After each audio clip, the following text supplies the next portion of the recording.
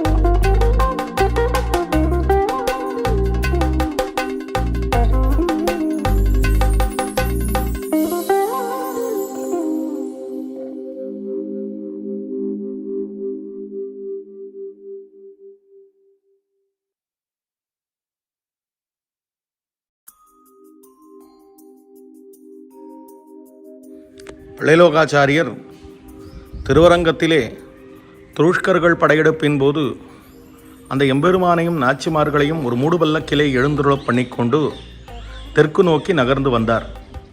அவ்வமயம் காட்டுப்பகுதியிலே சில திருடர்கள் அந்த எம்பெருமானுடைய நகைகளை அபகரிக்க வேண்டும் என்று பார்த்தார்கள். அவர்களுக்கு பலவாறாக உபதேசம் செய்தார். அவர்களும் திருந்தி அந்த நகைகளை திரும்ப ஒப்படைத்தார்கள்.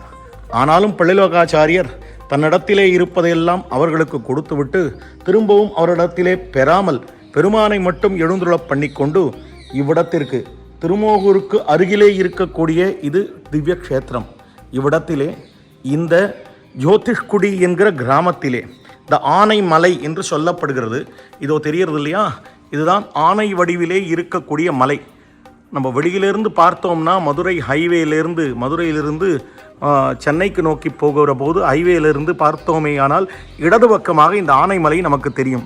ஆனையைப் போலவே வடிவம் கொண்டிருக்கக்கூடிய மலை. இந்த மலை அடிவாரத்திலே எம்பெருமானை எழுந்துருளப் பண்ணி கொண்டு வைத்தார்.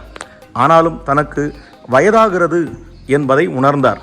ஒரு தரம் இந்த எம்பெருமானுக்கும் நாச்சிமார்களுக்கும் திருமுக மண்டலத்திலே வேர்த்தது வியர்வை பார்த்தார் பிள்ளைலோகாச்சாரியர்.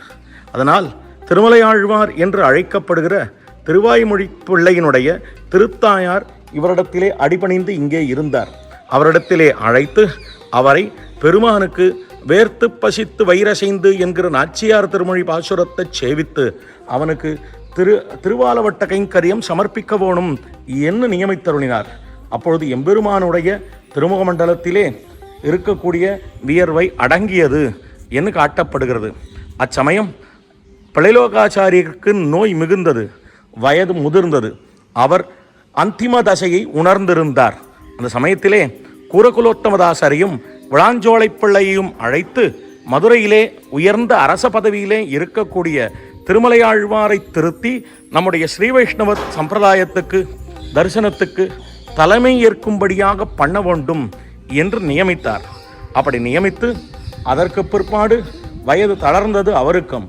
அந்த சமயம் அந்த எம்பெருமான் இவருக்கு ஒரு அழகிய அனுகிரகத்தை பண்ணுகிறான்.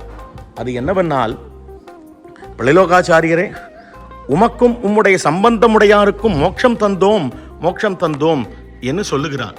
அப்பொழுது பிள்ளைலோகாச்சாரியர் தானும் இங்கு இருக்கக்கூடிய அனைத்து ஜீவராசிகளையும் ஸ்பர்சித்து வந்தார்.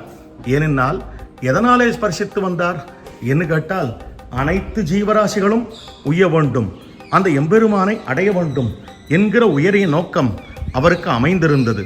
அந்த நோக்கத்தின் காரணமாகவே இவை அனைத்தையும் செய்திருக்கிறார். அப்படிப்பட்ட பிள்ளைலோகாச்சாரியருடைய திருவரசை சேவித்துக் கொண்டு இருக்கிறோம். இந்த பிள்ளைலோகாச்சாரியருடைய திருவரசு வேதநாராயண பெருமாள் சன்னதி இங்கே அமைந்திருக்கக்கூடிய சன்னதியானது, அதை சேவித்துக் கொண்டு இருக்கிறோம். அது சென்னையிலிருந்து வருகிற போது வலதுபுறமாகவும், சென்னையிலிருந்து மதுரையிலிருந்து சென்னைக்கு போகிற போது ஒத்தக்கடையிலிருந்து ஹைவே பிடிக்கணும். அந்த இடத்துல லெஃப்ட் சைடில், அதாவது இடதுபுறமாக கொடிக்குளம் போகும் வழியிலே உள்ளே சென்றால் கொடிக்குளம் என்கிற கிராமத்தை தாண்டி இவ்விடம் அமைந்திருக்கிறது.